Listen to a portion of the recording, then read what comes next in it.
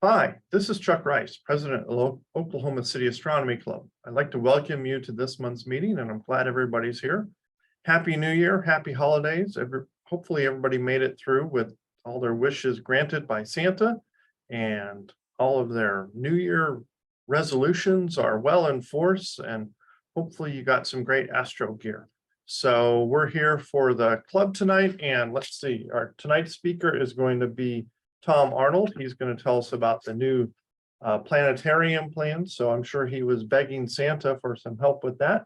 That'll be really, really exciting, and I look forward to Tom's presentation.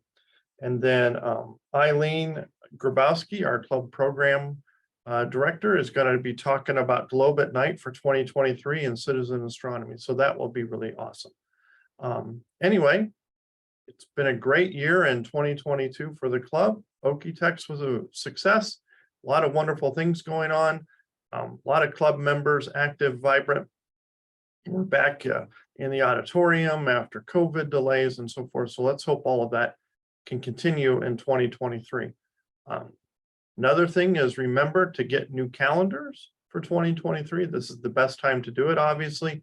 So talk to the merchandise table, talk to Ida and Dave Hunts, and they will get you a new calendar and get you some other swag and a coffee cup and everything else. So yeah, great things going on. Support the club. Can't wait to see what's going to happen in 2023. A lot of great things in our future.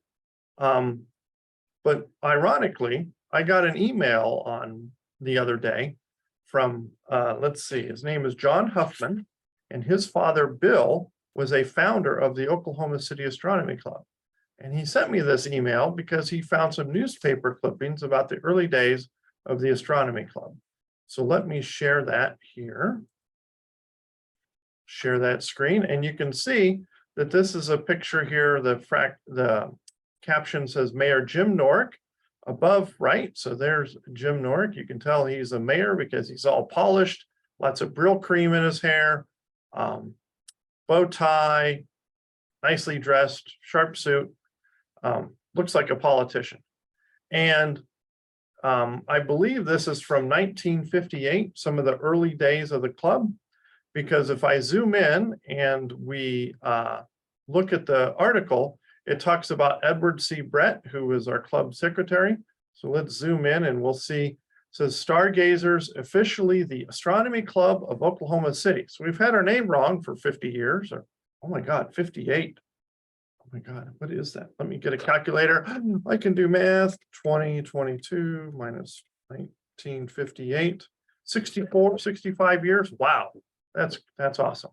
Okay, so welcome Jim Norick, star of the city election, as their newest member. Invitation to do amateur stargazing out at Will Rogers Field FAA Center. So awesome. So the first secretary and treasurer, which was a joint position back then, was the deputy district court clerk, and was talking about how Friday will launch the club's first membership campaign. And the club is composed of those interested in astronomy and has 27 members. Wow. And then John Huffman, instructor at FAA, is president. And so it was his son that gave me this article, and I thought that was really cool. And then they go on and talk about how they're affiliated and with the Astronomical League and other things they're doing up in Tulsa. So yeah, so this was really cool. So John Huffman's son also said he might have some other news articles. So I thought that was really cool. So if you have any old news articles or news clippings, or you want to go dig through the Oklahoman at the library archives, maybe we could put together some sort of historical archive. The other thing that I wanted to mention is that we have not had monthly observing highlights for a while. That's because of COVID and technology, and also trying to get somebody to put together a presentation.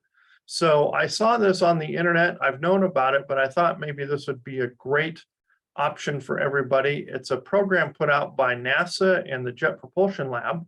And I'm going to share that with you. It's called What's Up January.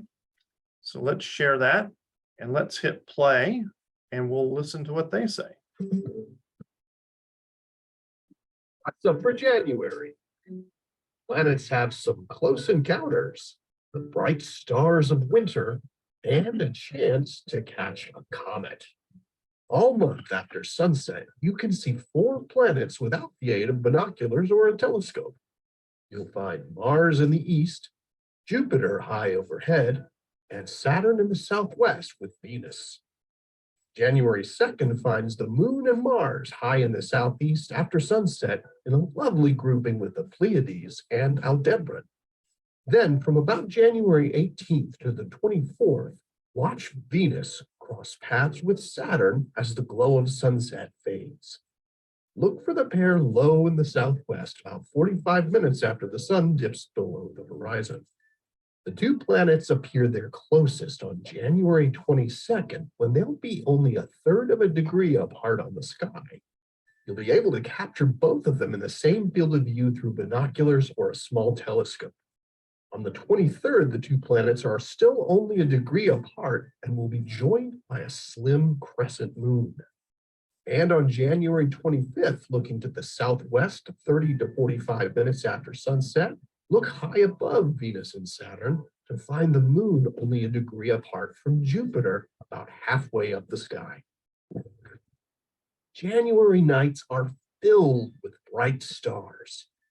Looking toward the south or southeast in the first few hours after dark, you'll spy the bright constellations of winter in the northern hemisphere. Of course, there's Orion, the hunter, the big dog constellation, Canis Major, and the lesser-known little dog, Canis Minor, with its bright star Procyon. And Y-shaped Taurus, the bull, includes the bright Hyades and Pleiades star clusters. And just east of Orion, you'll find the bright stars Castor and Pollux, which form the heads of the twins in Gemini. Make sure you take a moment to appreciate the beauty of the January sky, which more than meets the definition of star-studded with so much to marvel at. A recently discovered comet is now passing through the inner solar system and should be visible with a telescope and likely with binoculars. The comet, which has a mouthful of a name, C2022 E3 ZTF, was first sighted in March last year when it was already inside the orbit of Jupiter. It makes its closest approach to the sun on January 12th and then passes its closest to Earth on February 2nd. Comets are notoriously unpredictable, but if this one continues its current trend in brightness, it'll be easy to spot with binoculars, and it's just possible it could become visible to the unaided eye under dark skies. Observers in the northern hemisphere will find the comet in the morning sky as it moves swiftly toward the northwest during January. It'll become visible in the southern hemisphere in early February. This comet isn't expected to be quite the spectacle that comet Neowise was back in 2020, but it's still an awesome opportunity to make a personal connection with an icy visitor from the distant outer solar system. Here are the phases of the moon for January. Stay up to date with all of NASA's missions to explore the solar system and beyond at nasa.gov. I'm Preston Dykes from NASA's Jet Propulsion Laboratory, and that's what's up for this month. Cool. So, you talked about the comet needs to be visible at a dark sky site.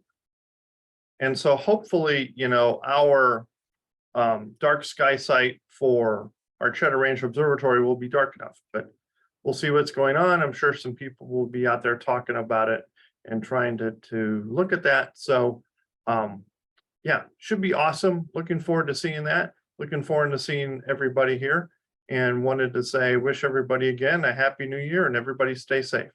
All right, bye-bye.